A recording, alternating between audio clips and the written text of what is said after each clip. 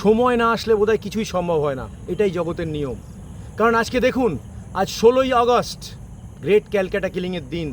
আজ জন্মাষ্টমী, আর এই জন্মাষ্টমীতে গোপালের জন্মদিনে আর এক গোপালের প্রতিষ্ঠা পাওয়ার দিন। হ্যাঁ, তারই সন্তান আর এক গোপাল, গোপাল মুখোপাধ্যায়, যিনি পশ্চিমবঙ্গের মধ্যে আজকে প্রতিষ্ঠা লাভ করেছেন। এতদিন পর্যন্ত সমস্ত পাঠ্যপুস্তকে কোথাও তাকে পড়ানো হয়নি, কোনো পাঠ্যপুস্তকে তাকে পড়ানো হয়নি। অথচ এই লোকটা না থাকলে 1946 সালের এই 16ই আগস্ট যে ডাইরেক্ট অ্যাকশন ডে চলছিল সারা ভারতবর্ষের মধ্যে, কলকাতাকে বেছে নেওয়া হয়েছিল, সেই ডাইরেক্ট অ্যাকশন ডে থেকে তিনি বাঁচিয়েছিলেন অজস্র নারীকে ধর্ষিতা হওয়ার থেকে, অজস্র মানুষকে, এই সমস্ত হিন্দু বাঙালিকে, পুরো কলকাতাকে বাঁচিয়েছিলেন। নাহলে আজকে কলকাতা পাকিস্তানে থাকতো, কলকাতাকে আজকে পাকিস্তানে দেখতো, তো আমরা আজকে এখানে থাকতাম না। আমাদের সকলকে, আমাদের পূর্বপুরুষ সকলকে তিনি বাঁচিয়েছেন যারা কলকাতার বাসিন্দা।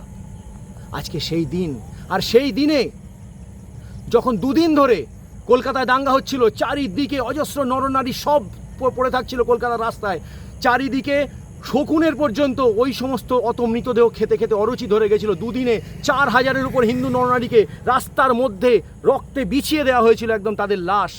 সেই সময় গর্জে উঠেছিলেন এই গোপাল মুখোপাধ্যায়, তার হাতের ওই তরবারিটাকে নিয়ে, ওই চপারটাকে নিয়ে গর্জে উঠেছিলেন, রাস্তায় নেমেছিলেন, এবং সাথে নিয়েছিলেন সমস্ত বিভিন্ন ভাষাভাষীর মানুষ, বিহারি, উড়িয়া, পাঞ্জাবি, বিভিন্ন মারওয়াড়ি, গুজরাটি, সমস্ত স্তরের মানুষকে, তাদের যুবকদের সঙ্গে নিয়ে সেদিন রাস্তায় নেমে প্রতিরোধ করেছিলেন।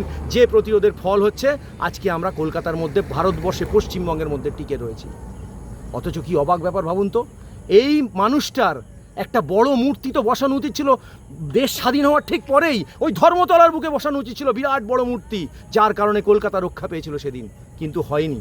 তার মূর্তি আজ সেই 46-এর পরে, এই 79 বছর পরে আজকে গিয়ে বুড়িগঙ্গা, আদিগঙ্গার তীরে তার মূর্তি আজকে বসানো হলো।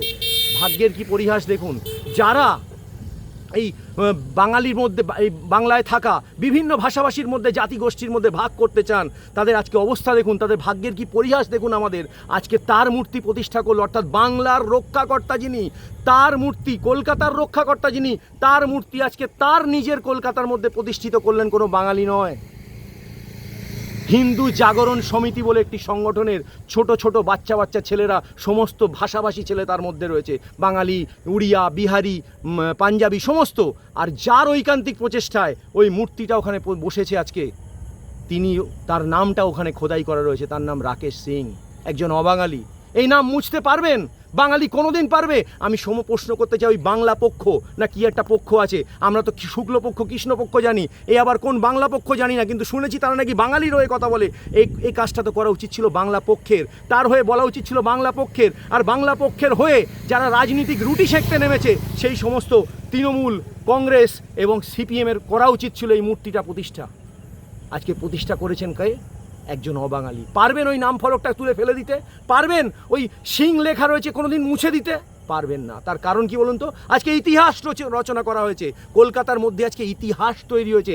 এই ইতিহাসকে আপনারা চাইলেও কোনোদিন মুছতে পারবেন না। কোনো দিন বাঙালি ভুলতে পারবে না যে তার রক্ষাকর্তাকে আজকে একটা অবাঙালির দ্বারা প্রতিষ্ঠিত হয়েছে, যার মাতৃভাষাটাই বাংলা নয়। তাই আমাদেরকে ভাগ করতে আসবেন না। আমি সমস্ত এই বাংলা পক্ষ থেকে শুরু করে যারা আজকে বাঙালি বাংলাদেশি নিয়ে বলছেন না, খোঁজ নিয়ে দেখুন, বাংলাদেশের মধ্যে তাদের ধর্মগুরুরা আজকে বলছেন যে বাঙালিরা হচ্ছে হিন্দু আর আমরা মুসলমানরা হচ্ছে বাংলাদেশি। পরিষ্কার ভাষায় বলছেন, দ্ব্যর্থহীন ভাষায় বলছেন বাংলাদেশের মধ্যে দাঁড়িয়ে। আর আপনারা আজকে বাঙালিদের সঙ্গে ওই মুসলমান বাংলাদেশিদের এক করে দিতে চাইছেন। কান খুলে শুনে রেখে দিন, খুব ভালো করে শুনুন, আমাদেরকে ভাগ করতে আসবেন না। কারণ আমরা কবিগুরুর কথায় বিবিধের মাঝে মিলন, তারা আমাদের বিবিধের মাঝে মিলন, আমরা আজকে ভাইয়ে ভাইয়ে রয়েছি। আমাদের মধ্যে আর ভাগ করবেন না।